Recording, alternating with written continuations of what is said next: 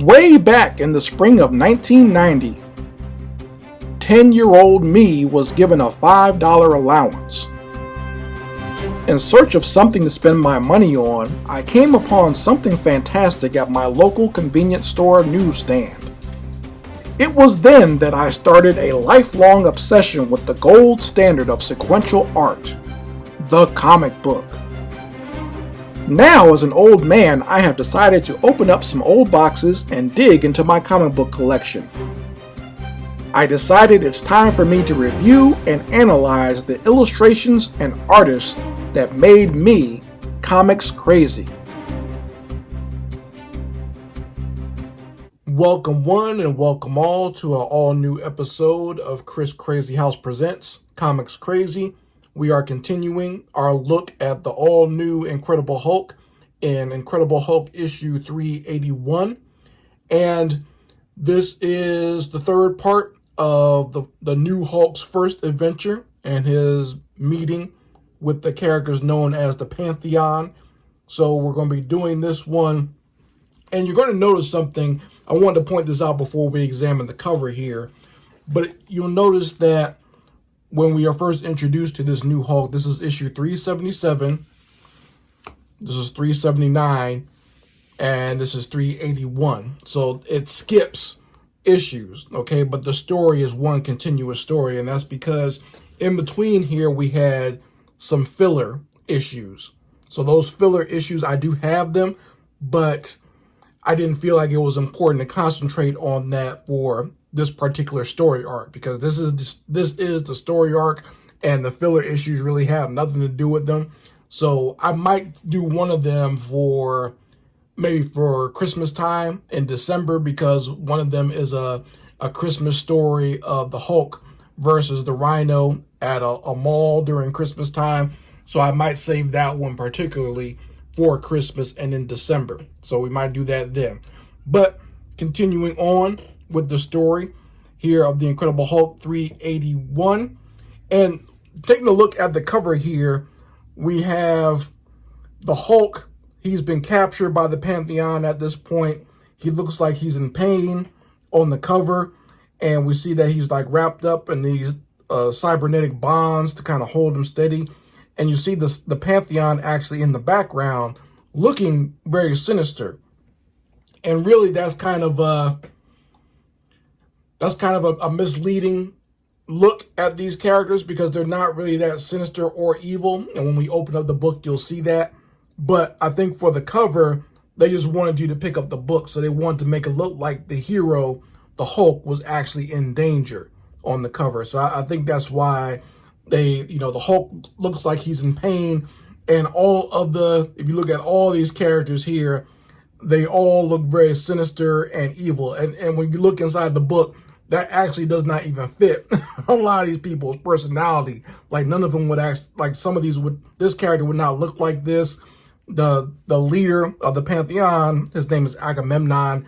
He would not look like this little sinister look. So it's a little bit misleading on the cover, but it's drawn very well. Once again, this artwork is done by Dale Keown. And on the inside, he is inked by someone different. So instead of Bob McLeod, Dale Keown is being inked by Mark Farmer. But the artwork is still very well done. Extremely well done, by the way. So we're going to break it open and take a look at this issue of 381. And before we get to the main splash page, I just want to kind of focus real quick on this classic ad for Contra Operation C for the Game Boy. I love this ad. I've always been a very big Contra fan. All the early Contra games, from Contra 1 to Super C to Contra 3, the Alien Wars. And this was the very first one that was for the Game Boy. So I remember playing this a lot, especially like on like family trips or driving somewhere like far away. I would bring my Game Boy, and Operation C was one of the games I played a lot. And actually it's a little bit easier from what I remember than the actual Contra games, like the ones for the NES and even Super C, or not Super C, but the Alien Wars Contra 3 were a little bit harder than the one for the Game Boy. That's just my humble opinion. but it's still a good game, a fun game to play. Okay, so if anyone remembers that the Contra games, or if you remember this one that was particularly for the Game Boy, let me know in the comments, and you can share some of your nostalgic video game memories there. So, looking past this ad, let's look at the splash page for the Incredible Hulk. And ironically enough, this story is called Exposition. So there is a little bit of exposition in this story as far as the Pantheon explaining themselves to the Hulk and what's going on. But there is some action in here, so don't be worried and think this is going to be just a bunch of dialogue, because it's not. But we get to see the Hulk has been captured by the Pantheon, and you see he's held by these like cybernetic bonds. And Dale Keown is good at drawing stuff like this, because you see it in his Hulk books. Like, he's good at drawing like weird cybernetic technology. And if you look later on when he does his own book called Pit, he also draws a lot of really good cybernetic type stuff. So stuff that looks practical but weird at the same time, I think he's always been very good at. Obviously, drawing big muscular characters is also a great thing that he does very well. So you see the Hulk here is captured. And we flip over to the next page. And the big character, Ajax, is basically taunting the Hulk, basically saying that, you know, you thought you were so tough, you thought you were so strong, but now look at you. And we know from those who read the last issue that the Hulk basically is just kind of playing dead. Like, he's not hurt. He wanted to be captured. He's doing this so he can figure out what these people are all about. So he allowed himself to be captured.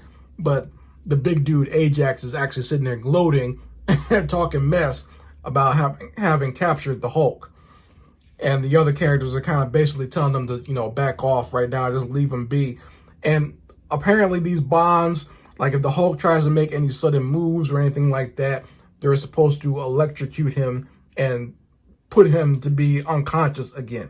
So that's how they got him locked up in their ship. And they're on their way to their base right now. And we see more of the relationship of some of the characters within the Pantheon. The character of Ajax is interesting. He's kind of like a Forrest Gump type character, okay? Because he is obviously mentally handicapped. Like, they showcase it with his speech, as well as how he acts almost kind of like a child. But he's super strong and he's super huge. And he obviously has a crush on Atalanta, and she really, I don't know if she realizes that he does, but it's almost kind of in a way she's there almost kind of like to keep him in line, not really showing any real affection towards him. At least that's how it came off to me. It was kind of like a Forrest Gump Jenny relationship where, you know, the one guy who's mentally handicapped or who has some sort of mental issue is totally in love with this girl. And she's nice to him, but not in that way. Like, she doesn't see him as any type of romantic interest. In fact, they've alluded to the fact that she has some interest in some of the other men that are on the Pantheon. So one of the guys, the one Achilles who got his nose busted in the last issue, is getting scolded because he was supposed to keep Ajax in check. And the other members feel that had Ajax not gotten out of hand and tried to attack the Hulk, they could have actually just talked him into coming peacefully without actually having to fight him out in the middle of the street. And we see Ajax here saying the only thing that matters is his girl. He's actually broke into tears here. And even the Hulk is wondering, like, what in the hell, what have I got myself into? The big dude is actually crying. What is going on here? And I would have felt the same way if I had been captured by these people, like wondering what type of individuals am I dealing with? The fact that you got this big dude over here simping and crying and spitting all over the place because he thought his girl was going to be hurt. And, you know, the other guys are just sitting there arguing about something else very stupidly.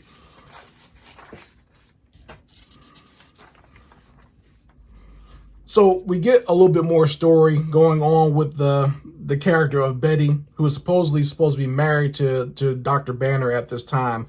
But she's almost kind of like rethinking about this whole situation because now Bruce or the Hulk is off on one of his new adventures and kind of just left her behind again. So she's kind of trying to figure out, like, where does she stand in this relationship? Because, you know, she was willing to go along with helping him get some psychological help, thinking he's going to be cured and be normal again. But now he's got kind of off gallivanting, doing something else. And she doesn't really even feel concerned about him. She knows he can probably survive it. But, you know, the fact that he just kind of dipped on her, she's worried that, you know, what am I supposed to do now? Just sit around and wait for him to come back? And she's basically realized that she doesn't have a life outside of the Hulk. And she needs to kind of start getting her life in order on her own. And she basically wants to move out and not live with Bruce anymore. And the other girl, Marlo, basically says, hey, I'm looking for a roommate. You can come stay with me. So that's where we are with that story. So we get back to the base of the Pantheon. They seem to be like out in the desert somewhere. And the leader, Ulysses, has saying that, you know, we got the Hulk. We're coming in, so please open the doors. And this little snot-nosed dude who is the brother of Ulysses, his name is Paris, he has decided that he wants to play chicken. So he's keep telling the guys working the controls not to open the bay doors for the ship.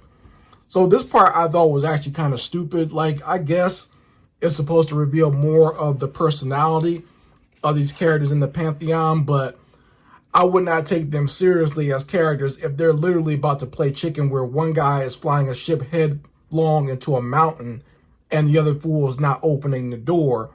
So basically he could wind up killing his own people by doing stuff like this, both of them, really. So it's like, why would you, if I was the Hulk looking in on this, why would I want to join a group of individuals who is willing to, you know, put everyone's life in danger with this type of childish nonsense? These are supposed to be adults, and they're supposedly talking about saving the world, but they're doing dumb stuff like this. So one of the members, Hector of the Pantheon, realizes that the bay doors are still closed, and he's not playing these games. He's like, I don't know what you guys are up to, but you need to open the damn doors. And I like how he's illustrated here yelling at the character of Paris. You can even see him in the background of this panel, you know, on the view screen, yelling at him, telling him to open the doors. And the doors open, but not as quick as the ship is coming in.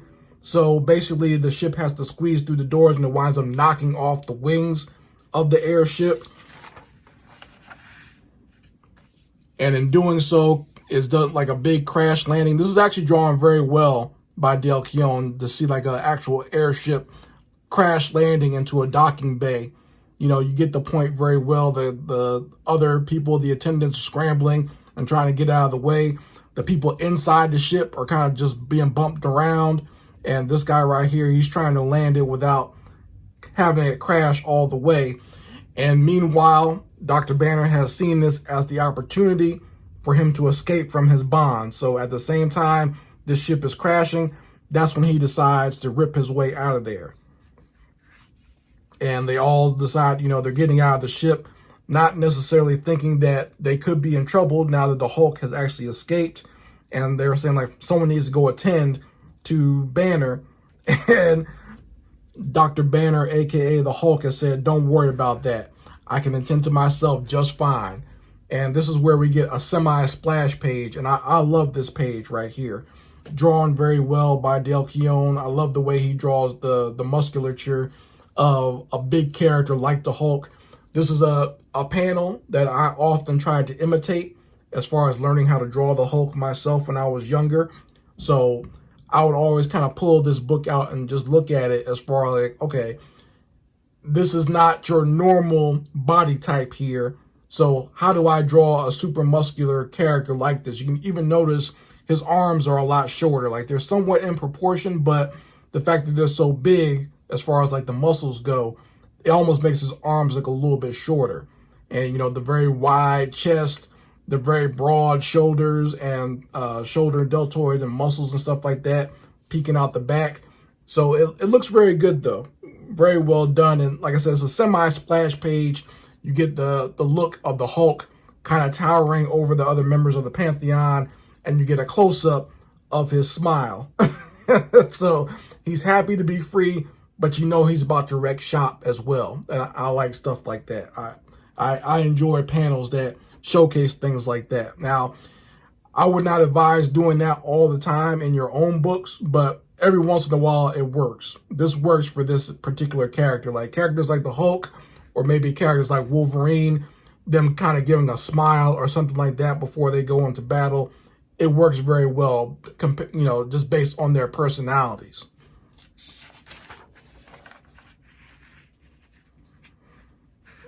So more of, you know, Betty sitting back talking about how she needs to get her own life outside of the Hulk. That's basically all this page is. But I don't want to get too much into that. I wanted to continue with the action part of the story. And the leader, Ulysses, actually tries to talk the Hulk down as he's walking down the steps of the ship, getting ready to whoop their ass. And the Hulk isn't trying to hear it at this point. You know, he figures, you know, these people, they started something. He's going to finish it. He literally uses one of these cybernetic bonds to whip them with. And I like the way this action scene looks, because he swings it very hard and fast, and he winds up getting all of them in one hit, by the way. So I like stuff like this. And as he's kind of freeing himself, taking the rest of the bonds off of his wrist, that's when the big guy of Ajax jumps into action. So in the first issue, where we see the character of Ajax kind of, you know, running down on the Hulk, he looked a lot more intimidating when we saw him there, because we didn't know much about the character. But now we know that he's basically a mentally handicapped individual. He's not very smart at all. He's basically just a big brute. And the Hulk is a brute himself, but he's smart, especially now that he has Dr. Banner's intelligence and the Grey Hulk's attitude. So he dispatches him very easily. Hulk grabs him by his hands and winds up throwing him away.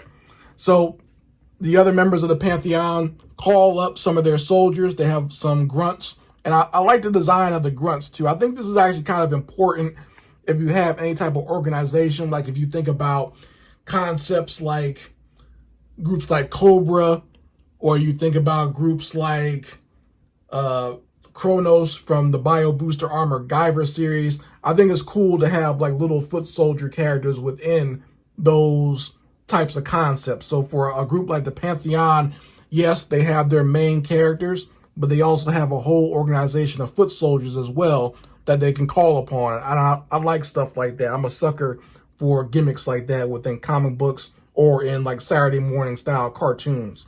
So if you have an organization, having them have some foot soldiers is pretty cool every once in a while too. So think about groups like Cobra, Hydra, AIM. You have your top guys, but you always have the foot soldiers as well.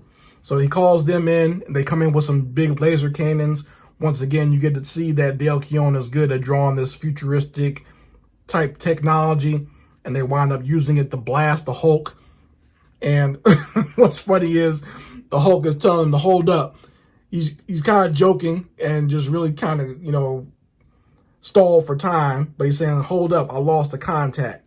And while they're kind of just sitting there not thinking about it, he does his infamous Hulk clap. And we all know when the Hulk claps his hands like that, just the vibration of him swinging his arms like that can cause everyone else to be shaken off the ground. So I enjoy anytime he uses it. I'm glad they use it very sparingly. But it's a cool move, and it's something that's very signature to the Hulk. Like his leaps, him being able to clap his hands like this, is a cool thing that he does, other than just, you know, punching characters and just pushing them over. So once again, the character of Ulysses jumps in with his lightning sword, and he tries swinging it at the Hulk, and the Hulk, you know, goes back in trying to punch him while he's using his light shield to block it. And Ajax comes up from behind to grab the Hulk, and he says basically how he's got him, and the Hulk uses his leverage to get out. He breaks his hold, and once again kind of charges at him to push him back and hits him with a right haymaker, knocking him all the way down. So the Hulk is actually enjoying himself at this point. He's enjoying beating up these guys, and he's asking, like, you know, who's next? I'm enjoying this. The fact that he can he likes the fact that he can kind of do this type of stuff now without totally raging out. It's more controlled. He's actually having fun in doing it, which is something that the old Hulk could not enjoy. The old Hulk could not enjoy beating people up. It was more just an outlet for his rage, as well as Dr. Banner obviously does not enjoy inflicting violence on other people. But now that he has all his personalities combined, he's having the time of his life. And he said he wants, give me some bones to break, some teeth to rattle. The doctor is in, low fees, no waiting. Who's the next patient? And that's when the leader of the Pantheon decides to show himself. And he's basically, you can hear his voice right here telling everyone to stop and telling Dr. Banner that'll be quite enough. And we get to see a splash page of the leader of the Pantheon, Agamemnon himself. And he appears very large in shadow, looking very intimidating. Like when I first saw this panel, I was like, oh crap, the Hulk is going to have to fight a giant now.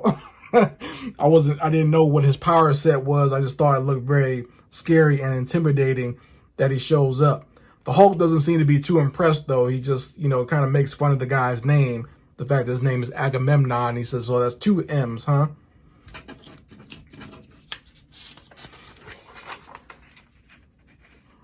The Hulk notices that the guy, Agamemnon, is actually not casting a shadow. And that's because we learn here that Agamemnon is not really there. It's a hologram. So if you think about, anyone remembers, what's his name? Snoke, the character from the really bad Star Wars sequels. That's kind of what you're seeing here, is a holographic projection of Agamemnon, just like you saw a holographic projection of Snoke in the Force Awakens, and then you see the real version of him later on.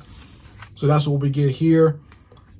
Agamemnon, he shrinks down the hologram so he can sit and talk to the Hulk in a more reasonable fashion. And this gets him, gets the Hulk to actually calm down and decide to actually listen and see what's going on with these people.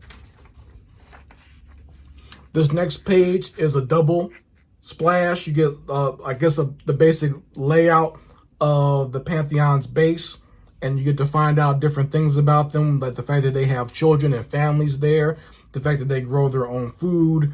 They also have a lot of technology as far as like being able to fuel and run their whole facility with their own energy sources that are safe to the planet. They got their own armament and weapons, complete with tanks, guns, suits of armor, and everything else. They even have, I think they even have some mechs in there too.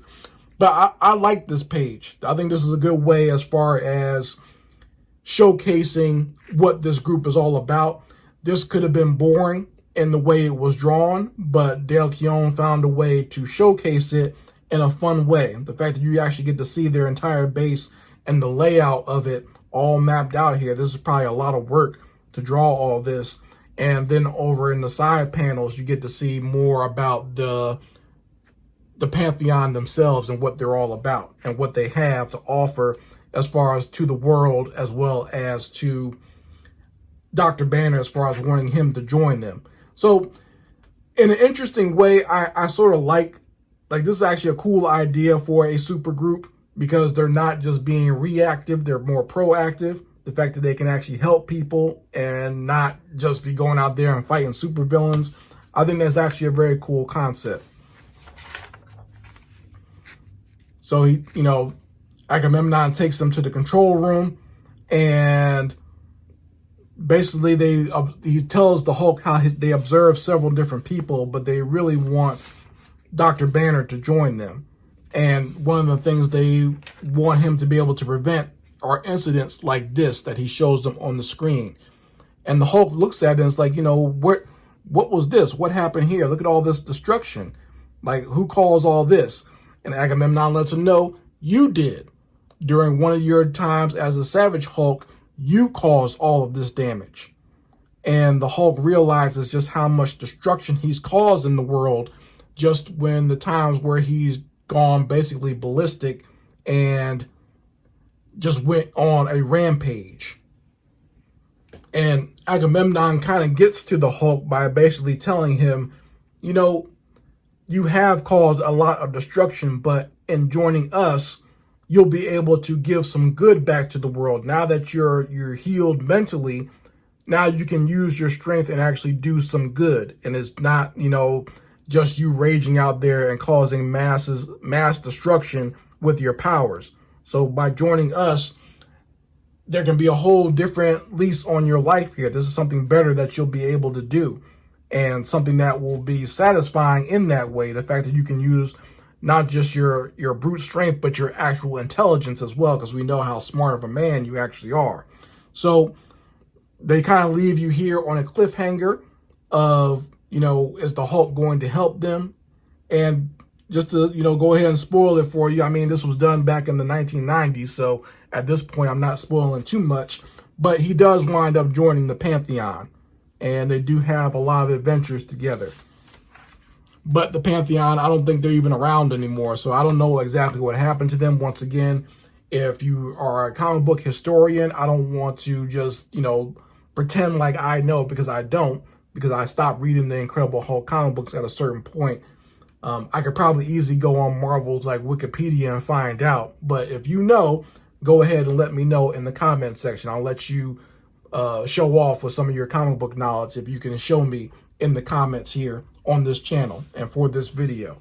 So we are done with this short little trilogy here of the Hulk, all of his personalities combining into one, where he combined the personalities of Dr. Banner, the Savage Green Hulk, and the attitude of the Gray Hulk. And we are done with the story of introducing the new Hulk, as well as introducing the Pantheon to this series. So we're going to be doing some more cool comics as time goes on, obviously. And I hope you folks enjoyed seeing these Hulk comics. I always enjoy characters like the Hulk. He's a cool character, always has been, always will be. And we're going to be looking at some more great comics in the future. I believe the next comic I'm going to be doing is The Mighty Thor. I think it's 429. Yes, that's issue 429, where it's the Hulk. It is Thor versus the Juggernaut. So we're going to be looking at that in the very next episode of Chris Crazy House Presents Comics Crazy, and I'm very much looking forward to that. So folks, if you like this video, go ahead and hit the like button. Make sure you go ahead and subscribe to this channel if you enjoy my reviews of these classic comic books from back in the day. And make sure you go ahead and share this with anyone else that you know who is a fan of nostalgia or just classic comic books in general. Anyway, folks, thanks for joining me. And this is Chris Crazy House signing out. Peace.